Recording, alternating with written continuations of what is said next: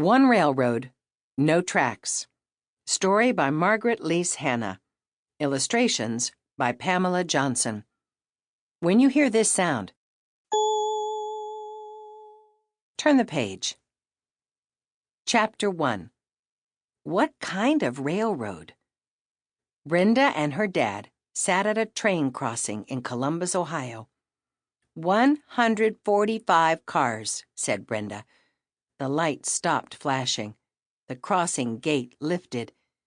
Dad drove over the tracks. Brenda looked back. I wish this train were underground, so we wouldn't have to wait so long.